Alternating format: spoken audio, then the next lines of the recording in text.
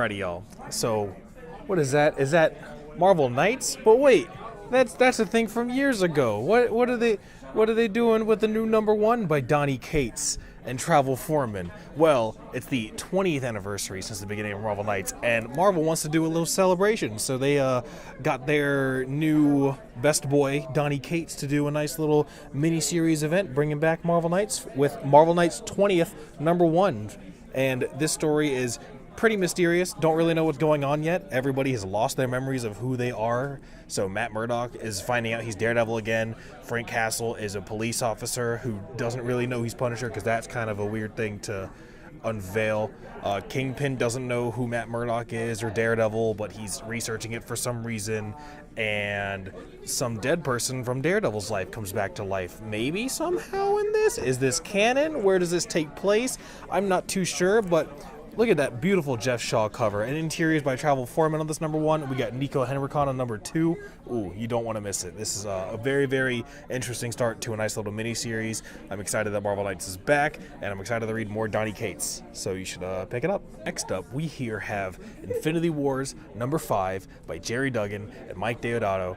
And what is this? What is this gang of folks on this cover here? This is Loki's Cosmic Avengers, is what the solicit says. They don't call them the Avengers in the issue, but hey, if the writer said so in the announcement post for it, then yeah, they're the new Cosmic Avengers. That's pretty cool. We've got Hulk, and that's just Hulk, not Banner. They've been split somehow, and that's just the Hulk. We have Emma Frost, Kang, Miss Marvel, Loki. Like, what else do you want? Where's he at? Ant-Man's on the team too. There he is. Ant-Man's up top. Scott Lang, the boy. Once an Avenger, once a Guardian, once a Cosmic Avenger. You got to hit all three. And we are one stop away from the end of the main series. But then we've got a couple mini-series they need to finish up, a couple one-shots they need to come out. But so far, I would say we're nearing the end, but we still have like 4 major one-shots to get to. So this is almost the end. But hey, look at this, #5. We only got one left of the main series, then some more one-shots. But you got to get them all before Donny Cates' Guardian starts. So hey, just more in store for Cates. So go get it. First up on DC side, this is the start of something very, very big. Grant Morrison on a new ongoing series. I think he said he's already on year 2 of this new Green Lantern series called The Green Lantern. Not Hal Jordan of the Green Lantern Corps, not Green Lantern Corps, not Green Lanterns, plural. This is The Green Lantern. And so he pitched it at the very beginning as the procedural operations of a day-to-day space cop. But then the cover to issue 3 shows him arguing with God. So we know Grant Morrison is kind of going off the deep end immediately in this book, and you don't want to miss that. Come on now, Hal Jordan arguing with God, and you got Liam Sharp interiors and covers on this bad boy. It looks beautiful, and we got this nice extra pages in here. We got a $4.99 issue, but it is absolutely worth it. This is a very, very good #1. I'm excited to be more streamlined with my Green Lantern books lately, because it's been confusing for the last couple of years.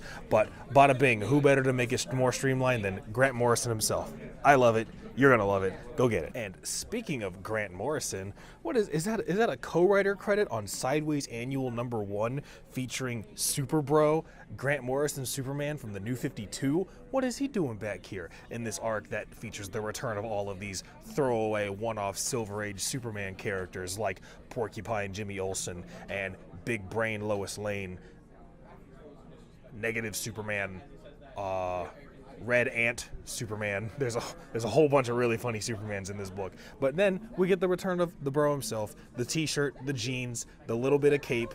Grant Morrison actually came back to do this, because I think they announced this issue, and then like maybe a week after the announcement, they're like, oh yeah, Grant Morrison's going to come back and be a co-writing credit on this too. So it will be it's pretty much canon to Grant Morrison Superman now. And at the end of this issue, big spoiler, he's not dead, so he will probably come back at some point, which is kind of cool, especially if Grant Morrison's doing more stuff with DC. So what if Superman showed up in old Super Bro makes an appearance in Green Lantern? That'd be pretty cool. But hey, you shouldn't miss either of these, because both of them are very good. Sideways Annual, it's already really, really great. Grant Morrison makes it even better. And last but certainly not least, the greatest comedy movie of all time, has gotten a graphic novel, not adaptation, but a brand new story written by Christopher Hastings with the grace of David Wayne and Michael Showalter given to him. This is a new installment of Wet Hot American Summer, the graphic novel by Boom Studios. And boy, I've been waiting for this book for like over a year because Wet Hot is like the funniest thing in the world. David Wayne is out of this world comedian, and once they announced this with this beautiful cover by Joe Quinones, who is insanely good at likenesses, like ever since I saw him draw his Peter Parker from Peter Parker's Spectacular Spider-Man with Chip Zdarsky looks just like Ben Schwartz. Then he revealed this cover. I was like, just do any adaptation of a comedy series or a movie. Just do your own poster art for it. Sell it as prints. I'll buy it all. Quinones, you know how to do very, very beautiful people. And look at all these beautiful people here. It's very, very funny. I was able to skim through it. They sent out preview copies to retailers. I got like a couple pages in. I was like, you know what? I'm going to wait. The watermarks are getting in the way of the absolute humor that I know this book has.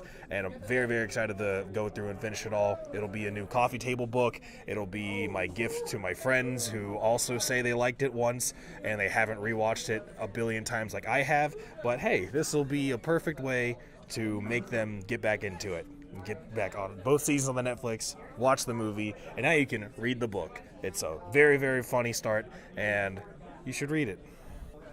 Alrighty, gang, so that'll do it for my 5 favorite books that came out this week of the first week of November on 2018. We're back on a 4-week month, so this won't be that confusing this month around. So hey, congratulations. And while you're patting yourself on the back for not being confused, go ahead and like Brotastic Nerdom on all social media places, here, there, down there, over there, wherever they may be. And then after you do that, go follow and like, subscribe on Comic King's Facebook and Instagram, Comic King's VB. And you do that, I'll appreciate you, and then I'll see you guys next time.